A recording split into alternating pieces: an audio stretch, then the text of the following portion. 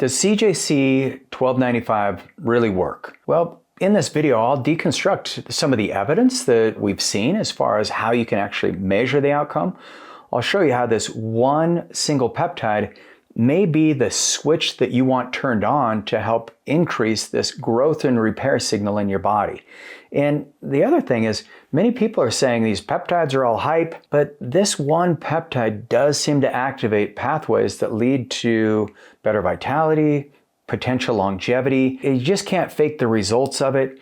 And so by the end of the video, you'll be able to know exactly how CJC works on building collagen, boosts recovery, and reactivates growth hormone. As a caveat, this peptide is not FDA approved. This is not medical advice. This is me simply showing you the mechanisms of action so that if it's something you want to try, make sure that you get the proper testing done beforehand so you can see your progress, and work with a licensed medical provider who does get these peptides through a compounding pharmacy, a 503A or 503B, because some of these research use only peptides, you may not be getting CJC-1295 at all in that vial. We just don't know. Not all of them are created equal. This is why we have regulations, we have licenses and certifications that can help you get the results that you want in the safest way possible. So let's jump in.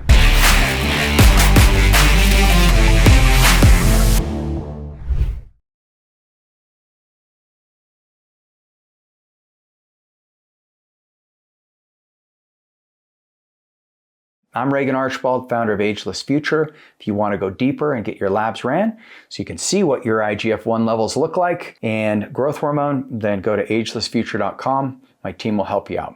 Okay, so let's talk about this.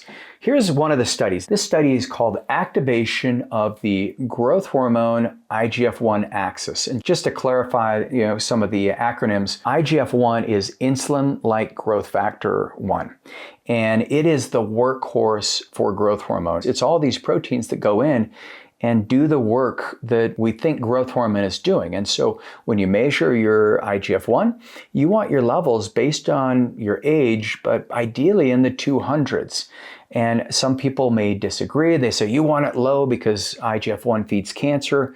But actually, if you have adequate levels of growth hormone, your body's going to have more vitality. You're going to activate your thymus gland and reverse some of that immunosenescence that happens as we age. So what I'm seeing in the research is that actually having healthy expression of IGF-1 is really a good thing for you. I mean, even that long-term fasting, if you look at the amount of growth hormone surge that you get after like a 3-day fast or a 5-day fast, it is remarkable.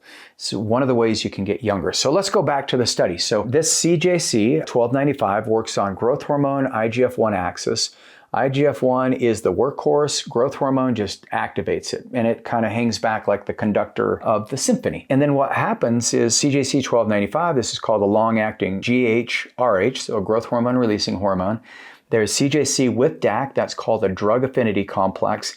That extends the half-life. The danger of that is you want these peptides to be metabolized quickly. It's not FDA approved. We have far more research to do on it. So do yourself a favor and play it the safe way, or talk to your doctor about this who's prescribing it. So this study was done in Canada, and what they wanted to evaluate, they wanted to see, does CJC really work? And that's what you asked in the question. So the way that they set up the study is they said, we need a measurable outcome. And this measurable outcome is going to be IGF-1. And so what they did is they took several dozen healthy adults who participated in the trial, and they had an active CJC versus placebo groups. So it was randomized, it was a controlled group, placebo design. Here's the conclusion. You asked, does it work? And what they confirmed is it produced sustained, dose-dependent increases in endogenous growth hormones. So endogenous is their bodies actually produce more growth hormone, and IGF-1. So they're measuring both of these with acceptable short-term safety, confirming that it really works by reliably activating the body's own growth hormone system rather than acting as exogenous growth hormone, because they found that it was metabolized very quickly. It just turned on the signaling, so you got a pituitary pulse of growth hormone. So that's the reality. So if you want to say, does it work, does it not work? I don't know. That's up to you. It's based on what you define as does it work. I define things as it works in two ways. Number one, we want to see that subjectively you're making progress in your program and in your health. And then number two, we want to see, is there objective data in the labs that can differentiate between you just saying you feel good versus are you really improving from a health perspective? And I think that's how medicine should be. It needs to be data driven, and it needs to be personalized to what your goals are and what you want to accomplish. So the interesting thing about this is CJC, it's more like a systems upgrade. It's like turning on the light switch. If you go into a house, and if you think of the house, all the lights are turned off and you're kind of fumbling around and you find the light switch, I can see what room I'm in. Oh, I ended up in the kitchen. Okay. You go back down the hallway, you find the light for the hall, light for the bedroom. That's all peptides are doing, is you're just sending a new signal. And as we age, these signaling messages get turned off. We have so much inflammation that cloud the signaling process, and so you can't get that transmission of growth hormone. And that's one of the reasons growth hormone starts to decline every single year of life. And when growth hormone declines, your skin doesn't look as good, your hair doesn't look as good, you don't recover as well from your workouts, you notice your joints are more achy, you don't get that deep, sustained sleep early in the night where deep sleep does activate growth hormone, you don't feel your best.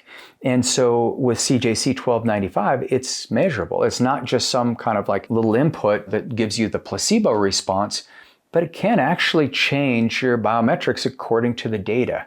Now, the secondary thing that it does is it activates collagen, which leads to better recovery and better regeneration. So if you think of collagen synthesis, one of the reasons we get wrinkles is we lose these elastins and our skin starts to fade.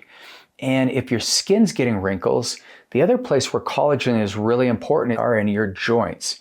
And so one thing that I found is glycine is a molecule, an amino acid, one of the structures, one of the three most powerful amino acids that you need for joint health. Now, I have a pain-free future. I want to make sure that there's no pain in my body as I move forward into a bigger and better future. And with all my injuries, that's not always easy to do, but I want the same for you. But collagen is what can protect you.